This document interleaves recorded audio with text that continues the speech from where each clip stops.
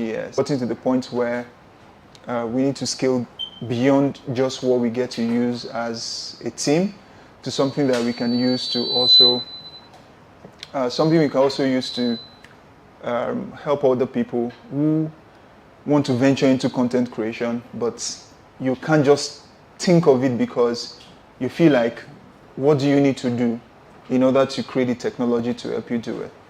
So those are things that we'll be sharing, and we also have some people who will be joining us virtually. And at the end of it, if you have questions, I'll just take 1 or 2 questions and we can call it a day. However, my hope is we can continue the conversation after this session, where even, no matter how small it is, I just feel like at every point in our life, excuse me, we have something to tell. Like we have someone looking forward to us in one way or the other. And oftentimes, it's always very difficult to share what we know. And it is possible for you to share what you know and you start making money from it without you even doing anything. Okay, so those are some of the things we'll be looking at. But for us to have an idea of it, we'll just give an overview of who we are as an organization, what we're doing, and how we are trying to do it, and the kind of resources we need in order to reach our goals. So pretty much, my name is Noah Olatoye, and I am the founder of Instinct Hub. I've been into this business for more than 10 years, and I hope that we can both drive impact together. So Instinct Hub, pretty much, Instinct Hub came about in 2019.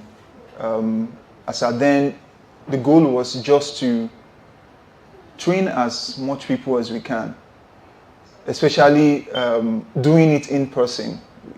We didn't really focus on anything technology. It was just about the fact that, I want to learn graphics. I have the skill to teach you graphics. That was the goal. I want to learn web development. I want to teach you web development. That was the goal. So, but along the way, in fact, the funny thing is, because of Instinct Hub, I had to also leave my job around that time. It was the year I left my job, which is year 2020. That was when the COVID struck. So all of the strategy I had in order to travel across the states to teach people all of these skills didn't work. The fact that we had to stay at home for a while then changed the strategy. And that was what brought about building application. So as at then, we tried Zoom. Yes, it was fantastic, but there was something we noticed. Teaching can be very redundant, and oftentimes it's very annoying when you have to teach the same concept again and again, using different type of energy to teach the same type of concept. So the goal for us is to find a way to make sure that we grow beyond that. We buy ourselves some time and also focus our strengths in monitoring the student to achieve more success. And that was what brought about the tools that we're using today. So because of that, our first goal was to create a learning app where we can house all of our students. We did that, and it was good. But it wasn't so long. We then realized that creating this content by ourselves is not enough. Having this content, sharing our skill by ourselves is not enough. I think it's high time that we begin to look at ourselves as content creators, and not just skits, not just comedy. We're talking about content here that somebody will call you maybe 10 years later to thank you for creating that kind of content. Sometimes when I look at the comments on some of our courses, it blows my mind how people get to thank us for something we've created over 3 years ago. We can't even remember when we did it. And that's what we are calling for every one of us to try to push for. How do we convert the skills that we have to something that becomes resources to other people? And chatting with several people, there's something that oftentimes comes to mind. You begin to ask yourself, I don't think I know enough to be able to distill my skills to other people. But the truth is, at every point in our life, there's something that is constant. There is always someone that is below you. There's always someone coming to ask you for help. How about you get ready and you prepare something for them even before they come? That's what we are talking about here. I don't think there's anybody in this room that somebody haven't asked for help in one way or the other. What we are saying is, before those people get to ask for this support and help, is it possible that you've gone ahead and created resources that can help them to achieve even more things? And that's what the Creators App is all about. Yes, we might think of it as, oh, just create course, publish it, make money, or leave it for free. That's not just it. This is about us leaving a signature that can transform life in every sphere. So pretty much, just let me dive into, I have about 3 to about 5 slides. Then the goal after the slide as well is to also walk us through, we just take a bit look at some of the functionalities that we have, just so you know what to expect, and just so you believe what I am saying. You don't just think that this is just one of those pitch about people saying they've built something and it's not real. So the goal here is also to show you some of those things, and we've been able to talk to it and look at it together. So one thing we are pushing for at Instinct Hub is the ability to give us the voice. Give everyone the ability to express their knowledge. We just want an avenue where, at any level, there are lots of complication when it comes to creating content. In fact, majority of us won't appreciate what it means when we see people create courses, when we see people create content. You won't have an idea until you have to try it out. When you need to create 5-minute videos and you have to spend nothing less than 8 to 10 hours to create a 5-minute video, and that's reality. Creating a 5-minute video could take you more than 8 hours. So our goal here is to find a way to remove as much complexity as possible, so that we have much people chunk out quality content and we're able to impact more life together. So pretty much talking about course creation process and some of the challenges that we have, like I mentioned before, it can be very complex, especially when you start thinking about deciding how will your recording be. Is it going to be, do you need to record yourself? Is it going to be screen sharing? Do you need to find a way to add animation to it? How do you capture the audience? How do you make sure that when people are watching your course, they are perceiving as if you're there with them? How do you present your course to people? How do you teach people as though you are there? But technically you're not there, but they could feel you by the things you say, by the graphics you put in, and also the context of the lesson. And that's what we're talking about here. So in following the slide, so some of the things we're trying to do is make sure that we have the tools, intuitive tool, and also structure templates. We know that people are going to, it's going to be hard. The funny thing is, every time I remember the process of course creation that we went through at Instinct Hub, it only takes somebody who is stubborn and who is extremely dedicated to see it through. And because I know how tedious it is, my goal is to make sure that whoever we're enrolling in this adventure, we give them the support in such a way that they don't get to go through what we went through.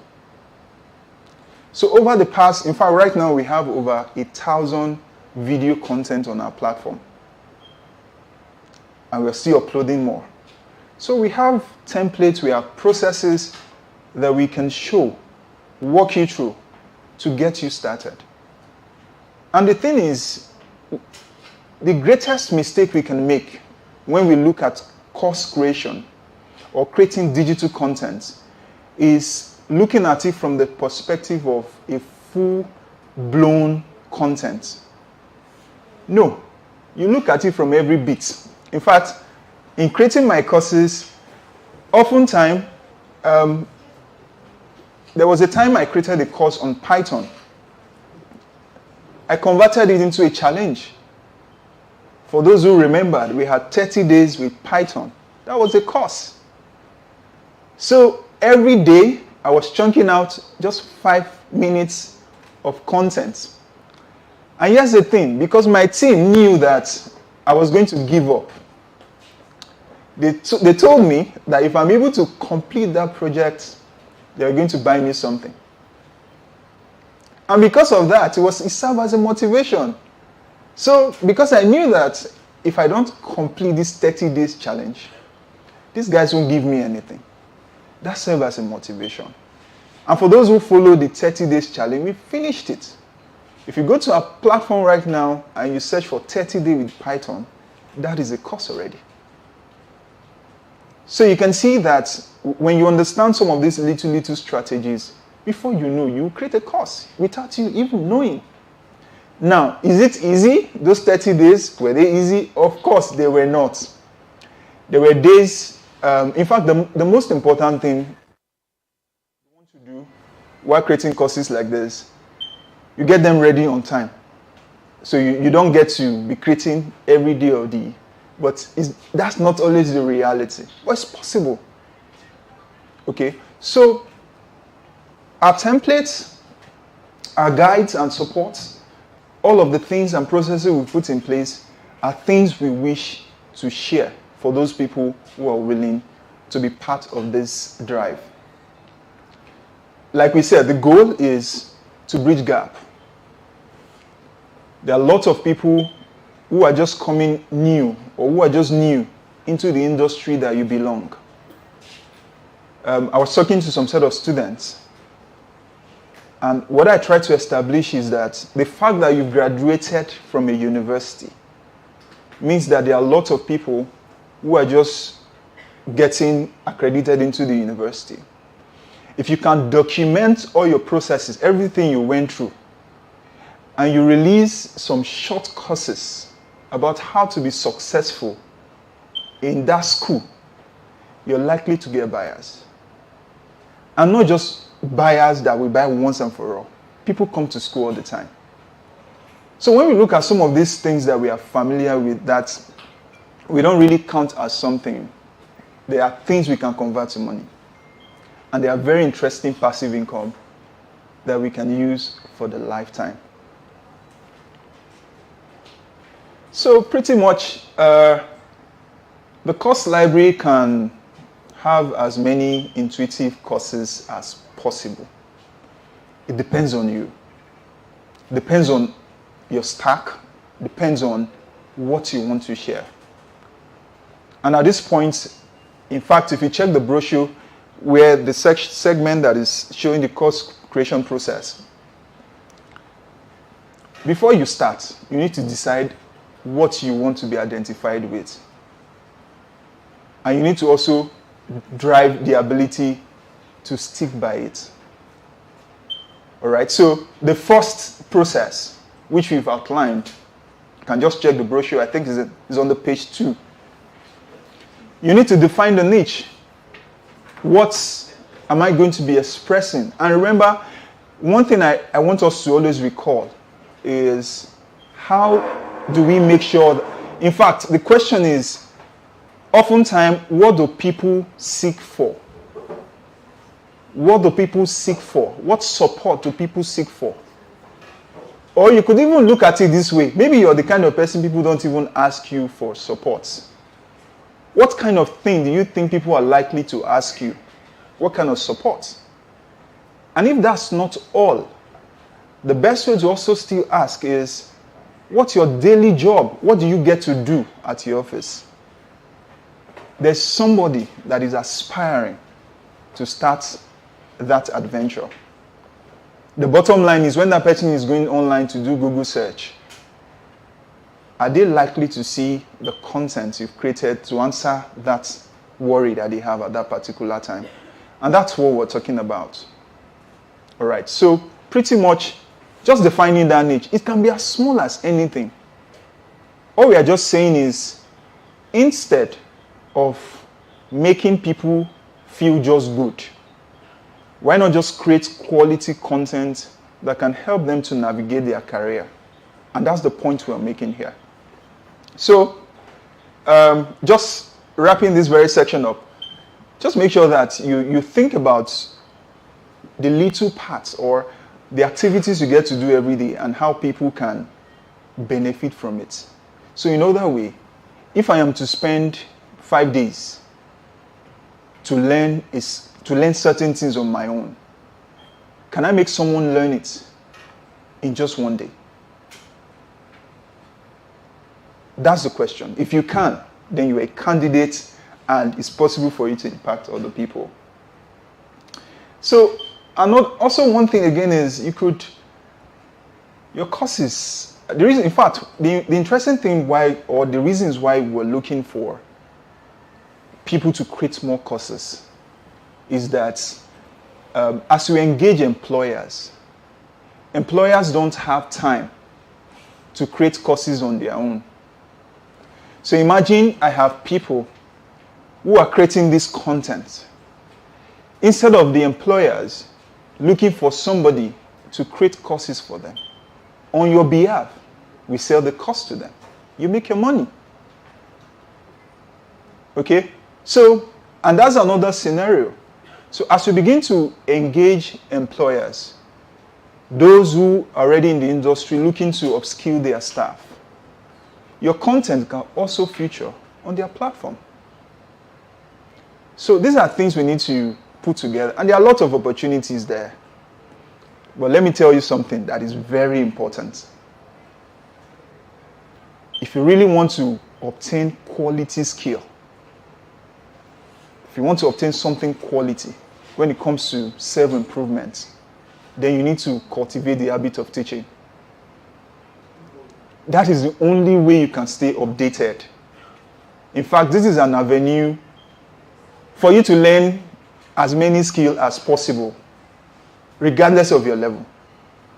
Because you have audience, and the audience depends on you to gain something new. You owe them that ability to keep learning so that you can chalk out something interesting for them. And let me just tell a story. It wasn't that I grew up to be like this. In fact, my life changed, say, 5 years ago. About 5 years ago, that was when everything changed in terms of teaching. Throughout my life, I don't find it funny teaching other people. I see it as a waste of time.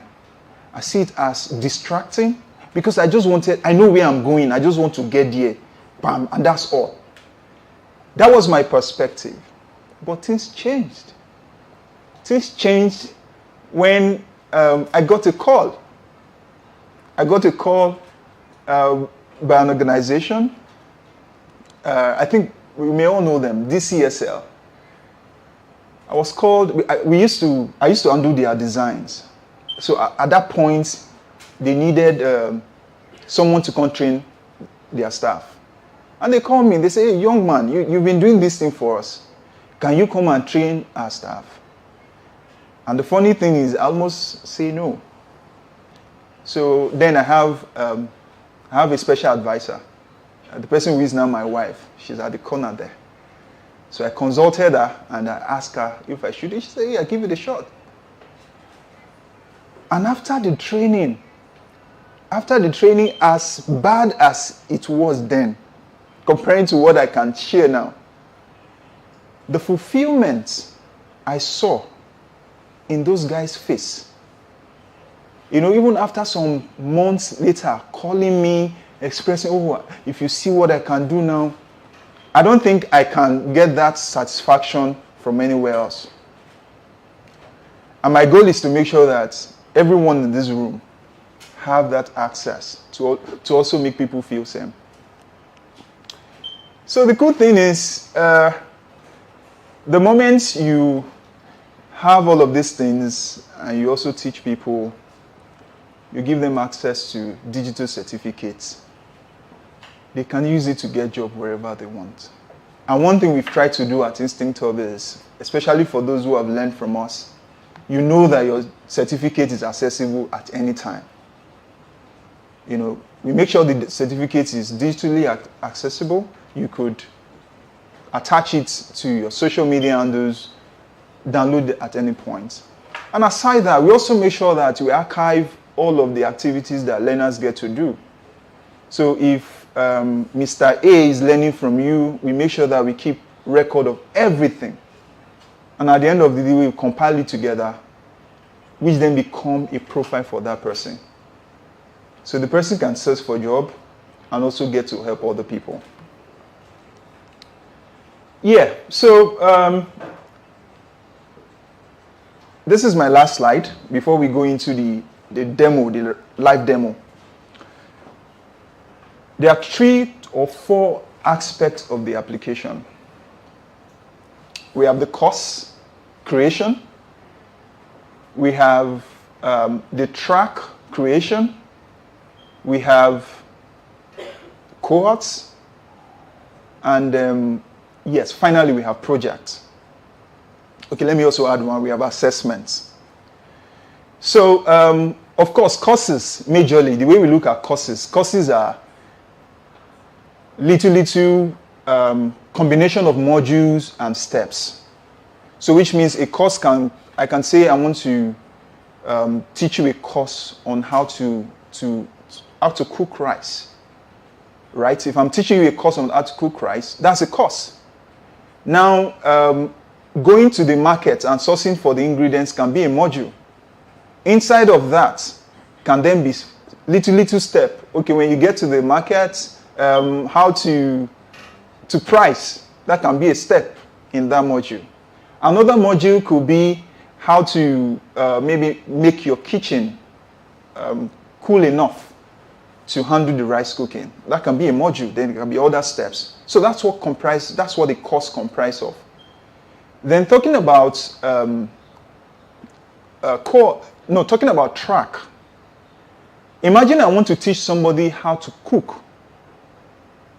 If I need to teach somebody how to cook, it's going to comprise of several courses. I need to teach the person how to bake. I need to teach the person how to cook rice. I need to teach the person how to cook beans. All of those things are now courses that can be combined together to make a track. Now, in these are contexts of tech. Track can be front-end web development, back-end web development, digital marketing, data analysis, because they're going to comprise, for you to achieve that, you need to compile several other courses. So that's what makes up a track. The other layer that we have is called cohorts. Now, from my mind, in fact, when we were developing it, I was just like, imagine somebody wants to start a learning platform right now. The person is not going to have a course. However, the person should be able to plan a cohort, just like we're here today.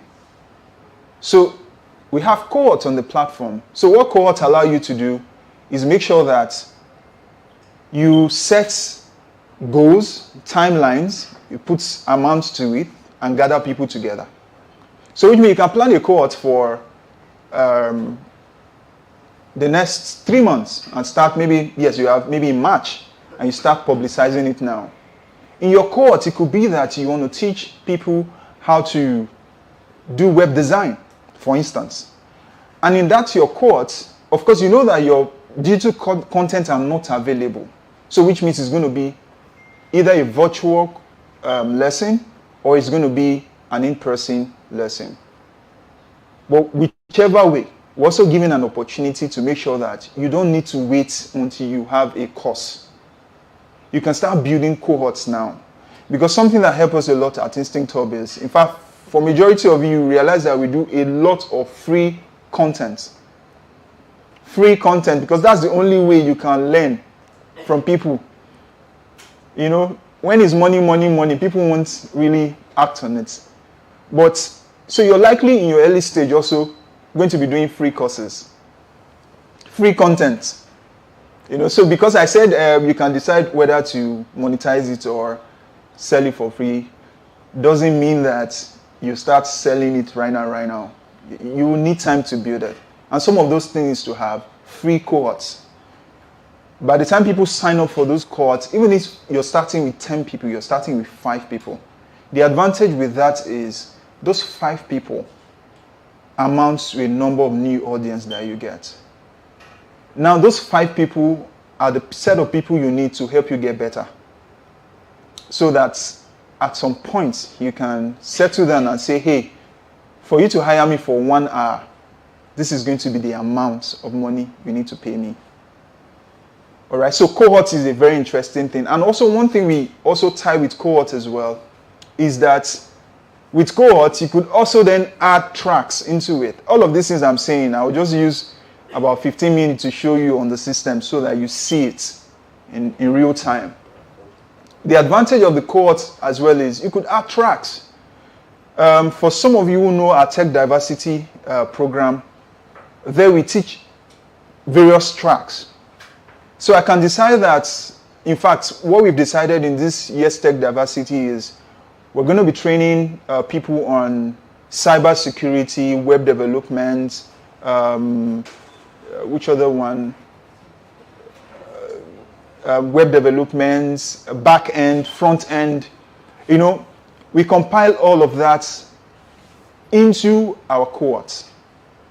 So when the students are signing up, they have the flexibility to choose which cohort, which subject, or which track they get to pick. And it gets very more interesting as we move forward. And my goal is we partner with you to see how we can bring this thing into even more use case. How we can incorporate them in such a way that we impact more lives. All right. So pretty much, I think enough of the pep talk. Let us then walk into the tool so that you see it in real time, and let's see what we can do with it. To visit the tool, all you need to do is either go to skills.instincthub.com or just go to creator.instincthub.com. Creator.instincthub.com. I will try to do that right now.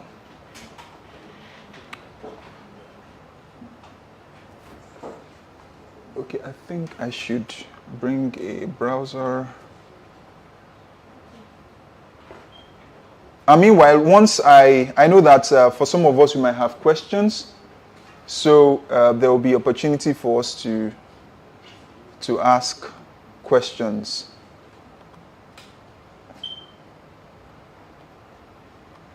Let me just bring it to the screen where you can see it.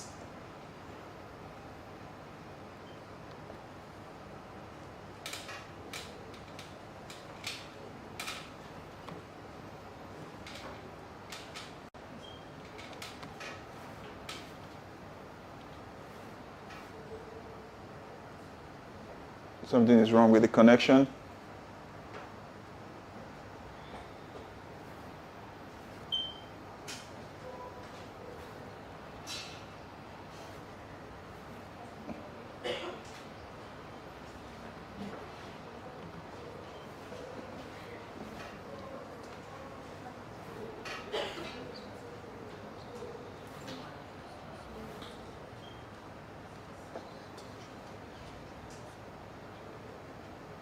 Okay, I think is coming back. All right. So this is the Creators App landing page. For some of our students or previous students, I know that we're used to skills.instinctup.com. That is where the learners get to learn. But creators or creator, either of them work anyways. Creator.instinctup.com takes you to the Creators App landing page where you could download. Meanwhile, the brochure you have with you is also downloadable, and you can either get started or log in.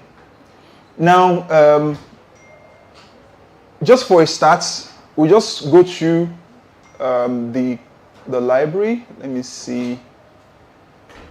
The connector is a bit slow. I don't know whether it's any of my browser that is causing that.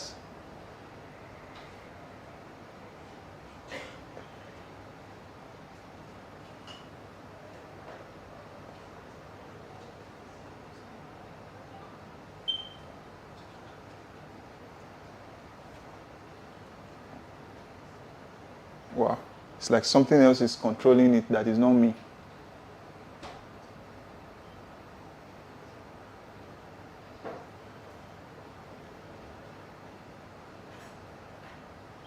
Okay. All right. So let's go to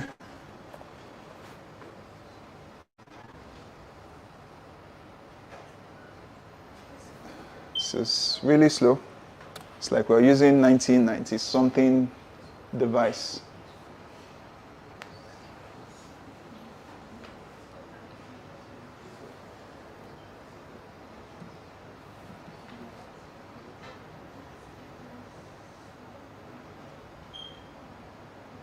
So please, if you have questions, just get ready. We'll take one or two questions, and we're also looking forward to committed partners. You know, based on what you've seen and you feel like you want to give it a try, we can work together to see how that can fly. I think maybe what I'll do to this screen is to disconnect and try to reconnect again. Oh, it's even logged me out already. So please, can you use the remote to boot it again? Where's it? Okay, so let me just try to connect. I believe that's...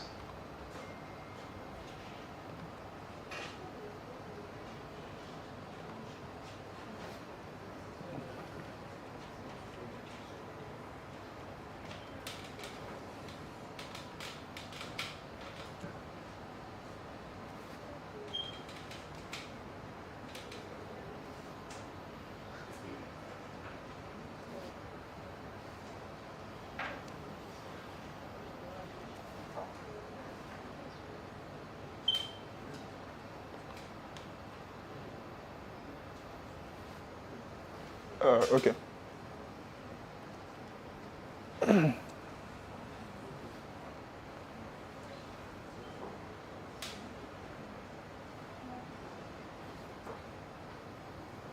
Okay, so I think hopefully the fact that the rebooting took place should be faster. All right, so this is what the initial view looked like, you know, where you get to track the activities going on the app. Your most current course uploaded, what is going on with it, and how many people are currently acting on those contents. And aside that, in this initial view, where you can also see the cohorts going on. So you're likely to see some real cohorts here. Meanwhile, this is InstinctUp real accounts. So these are some of the cohorts we've done in the past. And I know that sometimes some of our students will be wondering how we get to be that efficient. You know, it's as a result of this tool. That is where we get to track the students. So you could even see from each of the cohorts, you can see how many students have enrolled so far. Meanwhile, for Tech Diversity 4.0, it's that of this year, and we haven't kicked off the registration process. The reason why you're seeing just one student, and I think that one student is me. So you can see Tech Diversity 3.1 and downward. You can see the numbers. So you could see what's going on at the level of the cohorts as well. But let us take a look at so I mentioned courses, I mentioned cohorts, I mentioned projects, assessments. So let's take a look at them and just look at how they work. The way to look at this whole process, like I said, is either you're creating a singular course to teach somebody how to cook rice, or you're creating a full-blown package to teach somebody how to cook entirely. So which means you're creating a course on how the person is going to cook beans, how the person will learn to bake, how the person is going to even learn to serve the food. That becomes a track, right? But let's talk about courses. Let's see what the course look like. And I think right now, Instinctor, we have 62 courses currently on our learning management system. And out of the courses, you'll be able to see what's going on with the course. You're able to manage the course. As you can see, yes, we have some also test course. You can see that as well, but students won't be able to see that anyways. So you can see courses at various levels, and you could, at a glance, look at what is going on with the course. So take, for instance, we could say that we want to understand what's going on with 5 learning secrets. I think I should go for another one. Let me just see a course with a more high number.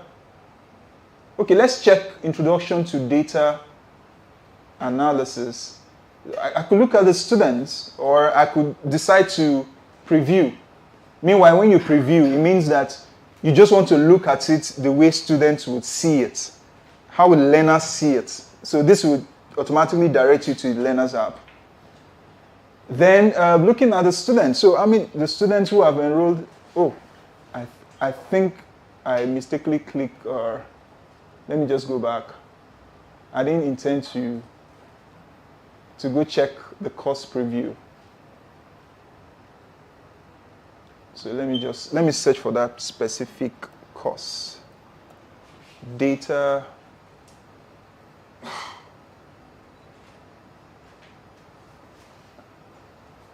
Okay, I think I need to hit the search.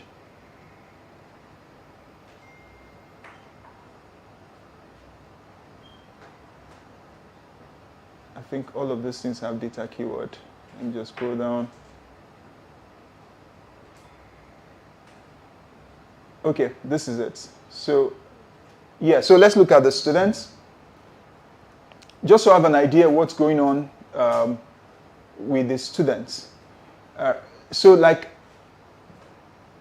the thing is, some of these data are actually not updated, because some of the things you would see is, as you build your course, as we add more features, perhaps with the previous students, we didn't capture those data. So there are lots of data here that we introduced in this version that were not available as at when the students were learning. So you're oftentimes going to see 0 performance on some of the indicators. But in your own case, the fact that you're coming in newly, of course, the more students get to interact with your course, you get to see the figures. So you could look at the students and how they're performing at the various course level. So I also want to see if I choose to. Okay, so I think just to save us of time, we could also look at pending. Look at all the students who are enrolled for this course, who are in pending states. All right, you could look at students who are in pending states. You could look at students who are currently taking the course. You could look at students who have completed this very course as well. And you could see all of that. And I think as an educator, all of this makes it very easy for you to track people and call them and keep them accountable.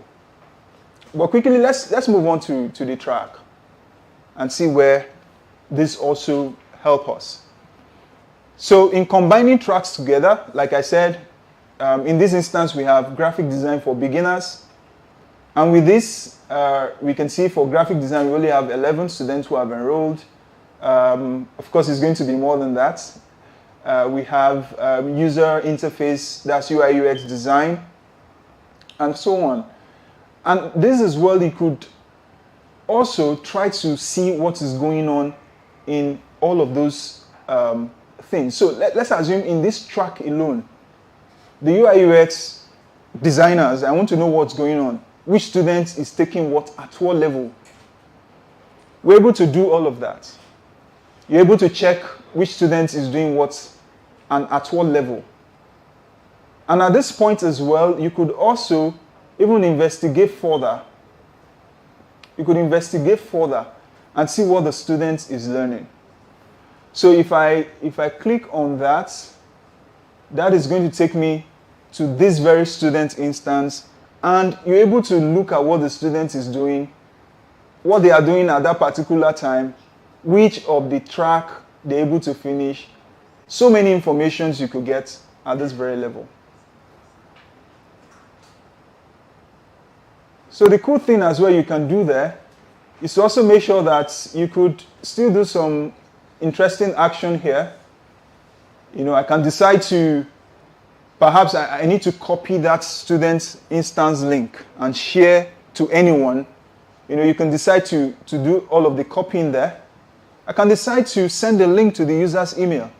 So if I dare click on that send link now, Promise or Anila is able to get the notification that is supposed to work on this very cohort, on this very track.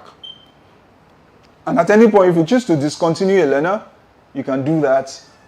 You can also choose to delete the learner at your comfort. So pretty much, let's just glance through the cohorts. Like I said, for cohorts, your courses are not, it's not a must that they are ready. Just organize a cohort. Decide the goal of the cohort. I want to teach these people XYZ. Am I collecting money for it or not? If you're not, just outline it and you have it there. So you can see our cohort here. I think we have, okay, yes, you can see the cohorts. Sorry, my mouse is misbehaving. I'm not touching it, but it's still moving. So this you can also check the tracks. So like I said earlier, cohorts are oftentimes combined with track. That's if you have it. So take for instance now, I want to look at the track under this very 3.0. And it's very straight to the point. This doesn't have track, like I said. This, we didn't attach any track to it. But I can decide to. Imagine I want to attach front-end intermediate. Whoever is enrolling for this track, for the cohort, should be able to attempt front-end intermediate. And boom, that's all. That's all you need to do.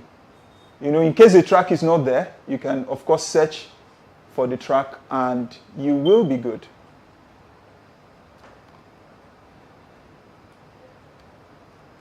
All right, so we could also look at the students' performance here. All the students who have enrolled for this very track. All the students who have enrolled for the track. Let me see. Okay. So you can see them, see the performances, look at what they are doing, and decide who to chase and who not to chase. And the cool thing is you can also invite people into the cohort. So I can invite you right now, get your email and invite you into this cohort, and you get the notification on how to sign up. So pretty much, let's just dive to another aspect. Yes, courses without tracking or testing the user is like a waste of time. People will just put the video on, loop it. They'll put the video. I just remember the first version of the app that we released that we didn't have this feature. Our students will only just put the thing on play. Bam, they'll complete your course, and in the end, they didn't get the value. So we've also done assessment parts. So you could have assessment, and in the assessment, you're also able to see what's going on with the assessment. So let's take a good, let's look at one of this. Let's see what's going on. This is a quiz on internal styling. So let's see what's going on there. So you can see these are all the questions. You're able to track the percentage, the correctness, how many people got it, how many people failed it. You're able to see all of those data in real time. All you just need to do is make sure that you put the questions, you put the test, and once the user gets to do those things, you can come back to this dashboard to see all of those things play out. And another interesting part is projects. One way we also track our students is through their projects. So with their projects, they're able to also contribute and find a way to express themselves and be giving us the assurance that they are following the course.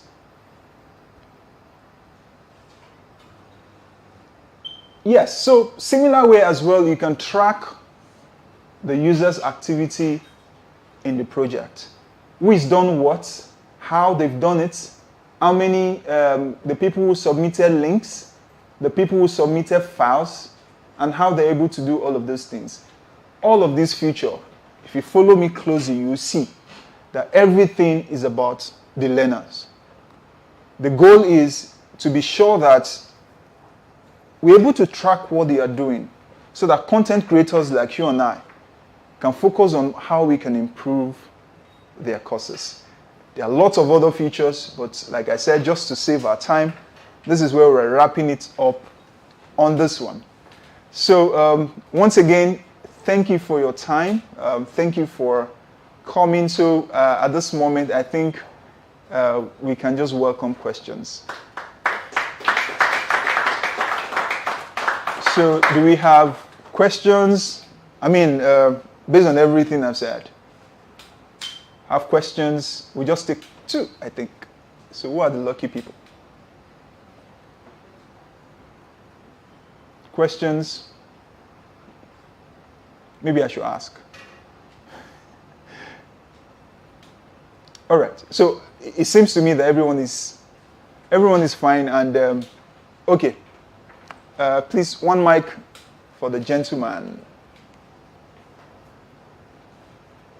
You also need this one. I think that other mic is for the people online, and this one is for us here. All right. Good morning. Good morning, everyone. Morning. My name is Samson. I just want to ask one question. Must the courses be tech related? Not at all. Okay, that's just what I want to know. Yes. Must it be tech related? Not at all. Can you shed more light on that, please? Okay. So, in fact, the reasons why we are bringing it out to the public is because we feel that we can't just teach people about tech alone.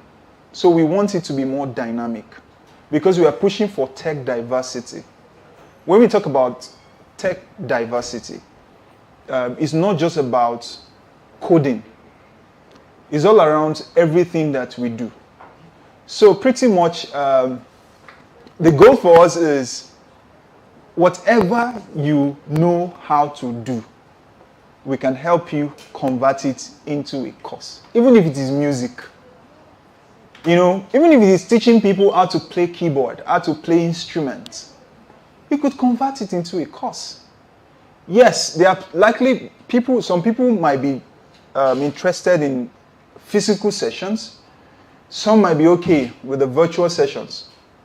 But, I mean, all the audience are all yours. You just need to make sure that you craft what works for them. So yes, anything. You want to teach people how to cook? Fantastic. You know, you want to teach people how to dance, even though I don't know how that is going to really work. You know, but I mean, you could, and that's why we make sure that it's not just, it mustn't just be a digital course. With the cohorts, you can organize a gathering like this. When people register, those are the people you give access to. Yeah? Does that answer your question? All right. The other end.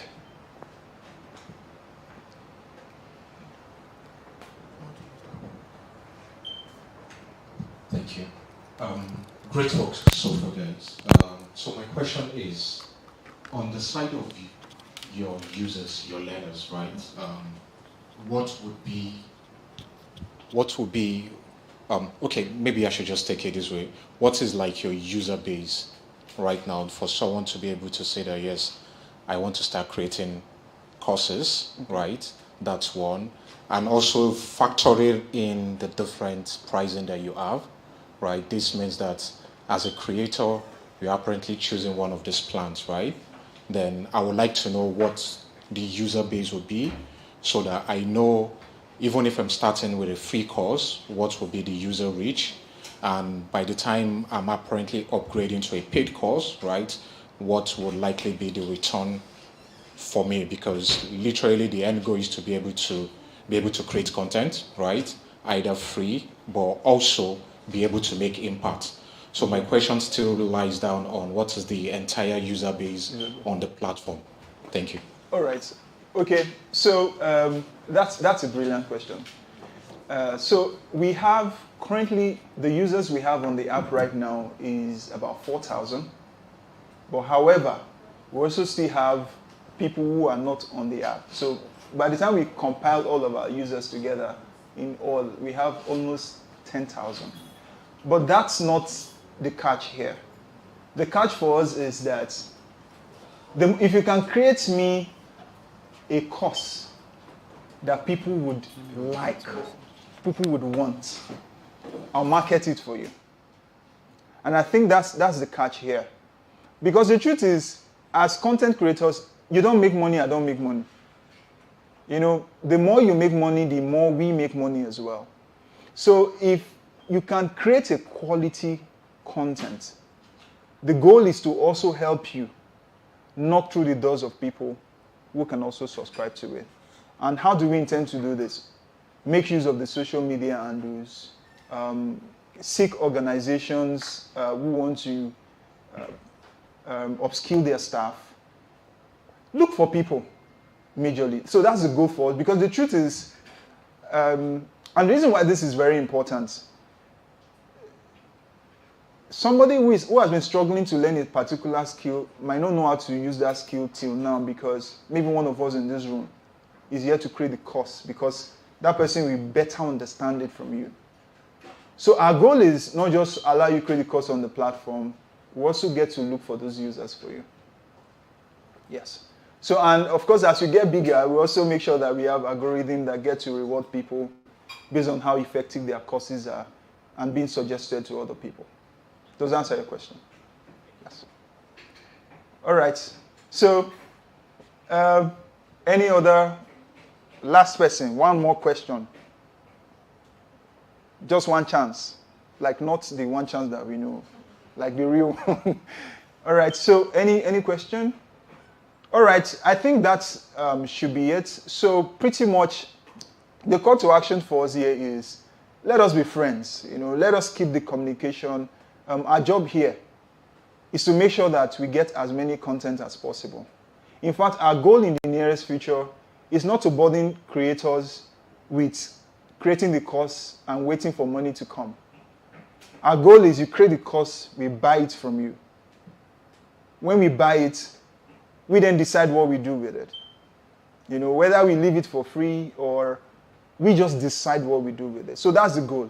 But at this initial stage, when we don't have money to share, we need to bear the cost altogether. But the most important thing is, and I'm wrapping up, there is nothing like impacting people. There's nothing like that. No amount of money that you make that is as fulfilling as when you look at somebody who doesn't know Jack before being transformed into something that is very productive. That person will never forget you. Okay, yes, my chairman here to have one final note. He's taking my last chance.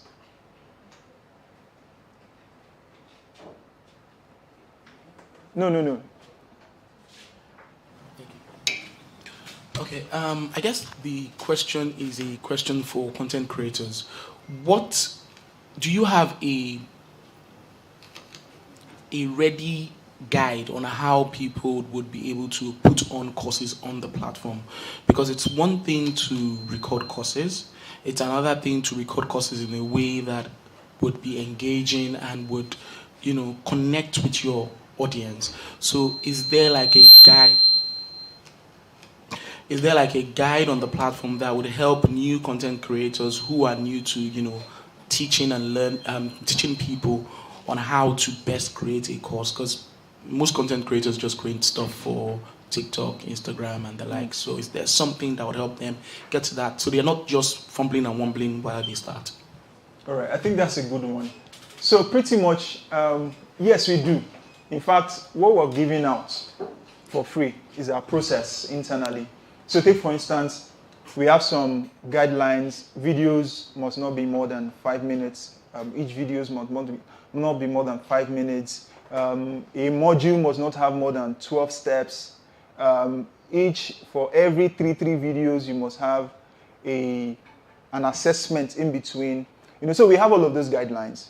And what your video should look like, if you want to go through the route of animation, if you want to go through the route of screen recording, if you want to go through the route of just writing text alone. So those options are available. And so I'm actually still trying to figure out the best way to make that content available, either making that a course. In fact, my colleague MS Makinde Sadiq is already working on a course for that, converting that process into a course. So which means if you spend like 30 minutes taking that course, you're able to know how all of these things work in real time. And I think with that, also with the support that we're going to be, because we're going to be available to answer questions. And one thing again is we're going to also be interested in your course creation process, how you get to do it. To be honest, all these things I'm saying right now is so cheap and easy. A 5-minute video can take you 8 hours. A 5-minute video can take you 8 hours. So just think of it. Think of it in that manner. And at the end of the day, that 5 videos, somebody can watch it and they won't give you thumbs up. So you will spend so much time creating the content of that category and somebody won't appreciate you. Also, we are going to find a way to talk you through it so that you don't get to look for people's approval, but it's something that is internal. And the more you do it, you get more satisfaction. Okay, so that is how we wrap it up for today. I think let's jam our hands together for ourselves for a successful launch. This is a dream come true. If somebody told my team and I about 3 years ago that we're going to be launching this version of the app, it wasn't possible. And let me tell you why it seems not possible. It's just because when you look at how to use all of these technologies together, you just think it's not possible. But because we're so dedicated and we started, and here we are. We're launching something that we can also use to help other people who are willing to reach out to others. So thank you so much, and do have a blissful day. All right, thank you. Okay, sorry, please, my bad. And I also want to acknowledge my ogas that are here. Mr. Arugumati, thank you so much for coming, sir. Yes, thank you so much. And I also have very wonderful people. I don't want to start calling names so that I'll miss somebody's name and I will have to pay for it later. I really appreciate your time here, and this is a motivation, and I look forward to what we can do with you. Thank you so much.